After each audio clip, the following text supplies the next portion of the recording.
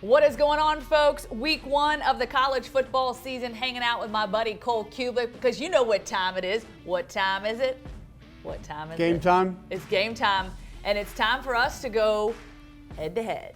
Oh, let's go now. Oh, now. Oh, let's go now. Oh, can't stop us. Oh, let's go now. All right, Auburn's Week 1 matchup. Auburn at home, Jordan-Hare Stadium against Akron, and what we hope and assume will be a lively crowd. Jordan-Hare Stadium will probably be packed out. As you know, last year fans weren't able to pack out the stands. Auburn coming into this one as a 5-touchdown favorite against Akron.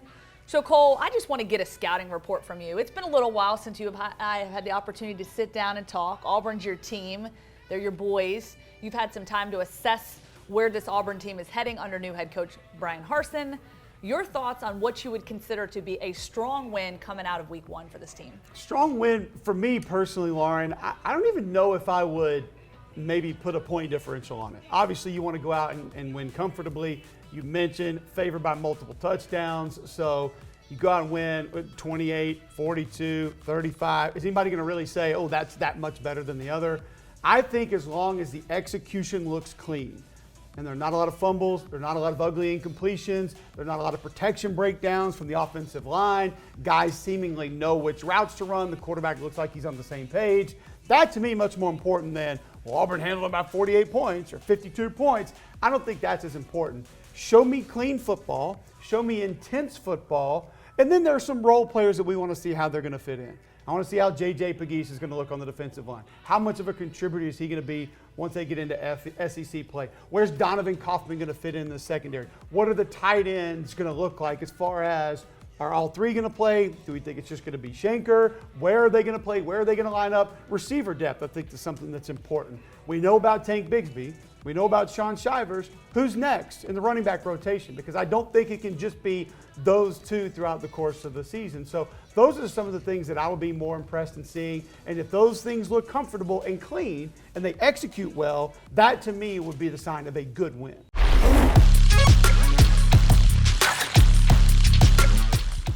Certainly excited to see what the quarterback position is going to hold. Obviously, Beau Nicks. We know Bryan Harsin, known to be the quarterback whisperer, the guy that develops quarterbacks. What has he done to help Beau Nicks develop his game, find more maturity, better in his communication, better in his reads, better at just managing becoming the a game quarterback and becoming a quarterback? I think that's the most important part, Lauren. I want to see Beau Nicks operate as a quarterback. It's great sometimes to play the position like a linebacker when that moment calls for that. There are not many moments that call for that over the course of a game or a season. Be more presidential and be someone who has a better understanding of everything that position entails. To me, that's important. And I think some of the stuff on the sideline, communication, body language, I want to see that change. I think Mike Bobo will have a little bit to do with that and how that changes. Coach Harsin as well. The things that they have done, I think they've gone back and found his strengths. What is he like? What is he not like? What do we think we can execute on a consistent basis and try to put him in those situations? There are parts of this offense that favor his skill set. Heavy play action, being able to challenge deep down the field. He has the arm to be able to do it. Some of the things that they're going to do to utilize his mobility, that plays into a strength of his game. So I think I would like to see him handle himself more so as a quarterback, all-encompassing, and then obviously the execution that's been put in place by that coaching staff to help him be more successful. And on top of that, I think we will also be seeing another quarterback behind him, LSU transfer TJ Findley, which can only add depth, obviously, the competition coming behind him. I think Beau Nicks, as you said, looking for that maturity, that development, and what does a guy like TJ Findley that towers over him going to do in helping to kind of push that competition and give him more confidence going forward. That's what I'm anxious to see. Absolutely. And I think TJ Findley is a very different quarterback. You mentioned the stature. He's not as mobile as Beau Nicks. If there's a knock on TJ Findley when you study his film from last year at LSU, he might stay in the pocket too long. Now, you give him credit for taking some big hits and still being able to complete some passes, but there are other times that you would say, hey, let's step up in the pocket, have a little bit better awareness as to it might be time to leave and do something else. He has a big, strong arm. He gets the ball out quickly. He's a little more twitchy than I thought he was. I think he's leaned up a little bit since he's been at Auburn. I know the leadership factor that he's brought has been solid as well. And keep in mind, Lauren, this is a young man, he didn't go through spring practice last year. Had a very weird fall. Not a lot of football players learn well in a classroom setting.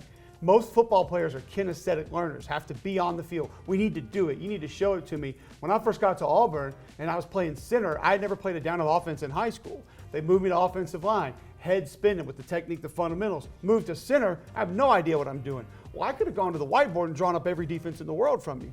But you put me down in the stance with the football in my hand, a lot of times I didn't know what I was looking at, and I couldn't necessarily identify that. So him being able to get the reps on the field are going to be very important. I think TJ Findley will have an important place on this Auburn roster this season for some of the reasons that you mentioned, some that I've mentioned, providing a little bit of competition, maybe allowing you to be more confident running Beau Nicks more often, where if he is shaken up a little bit and missed a couple series, missed the rest of a game, you know you're confident in what comes in next. I think there will be multiple factors in why TJ Findley ends up being important to this Auburn roster this fall.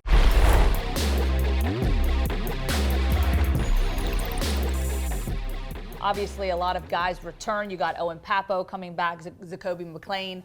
Obviously, two strong guys, some transfers that are coming in. What excites you most about this defense that will now be run by Derek Mason? I think the most exciting part of it are the numbers at the second and third level. Because I don't think that you're going to see three linebackers on the field all the time, or maybe even as much. And that's just because of where college football is sort of going and what you have to defend more often. But with Papo, McClain, and Wooten, you have three quality linebackers that understand what it takes to be successful in this league. And I think at least two of those are very well adept to play against the type of offenses you're going to see, meaning they can run extremely well. And then at the third level, Donovan Kaufman comes over from Vanderbilt, a guy that coaching staff raved about last year. Nehemiah Pritchett, Smoke Monday, the list goes on of players that have experience and have been in big games, and a lot of them that can be multiple, can go from corner to nickel, safety to nickel, nickel to dime, can come up and play the star a little bit. So the versatility with the numbers on the back end of that defense, I'm excited about that. I'm excited about how active the linebackers can be. My questions come up front. I feel pretty good about the edges with Derek Hall, with T.D. Moultrie, and with some of the other guys that are going to be coming off the edge. Colby Wooten's going to be solid there. The middle of the defense is what I'm most anxious to see. That's where my eyes will be on Sunday when I go back and watch the film of this Auburn defense. Tony Fair transfers from right here at UAB to Auburn. You got a Kansas transfer going to start next to him. We mentioned J.J. Pegues. Can he be a good defensive lineman this year? We know he's talented, but can he put the fundamentals and technique together to be a good defensive lineman and give him quality reps? I think he can be, and I want to see how that group performs because that group has to be better if this defense is going to improve.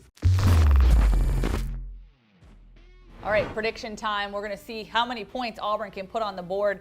I've got Auburn winning this one 45-16. And again, I think the biggest thing, they need to play clean, effective football. How is Beau Nicks? How is he developed? How is he going to play? Offensive line, key area there. Yep. Returning 5 starters. There were some question marks, especially last season. How well have they developed? What are we going to see from them? Of course, Tank Bigsby, he was good in year 1. I expect much of the same, if not better, than year 2, and I'm excited. I think it'll be a fun show, and of course in Jordan-Hare Stadium, nothing beats that. I'll go 42-0. I don't think the defense is giving up points against this Akron football team. I think that they will be able to manage the Akron offensive line. I think they'll be able to get pressure. I don't see that group being able to get a push often against the run. Maybe if to go your direction, if there's a turnover, something that puts Akron in easy scoring position, but I don't see this defense giving up elongated drives. I think they're going to be motivated. They know that a lot of this team's going to have to ride their shoulders early in the season, and they're going to want to prove themselves, especially Derek Mason, first time out.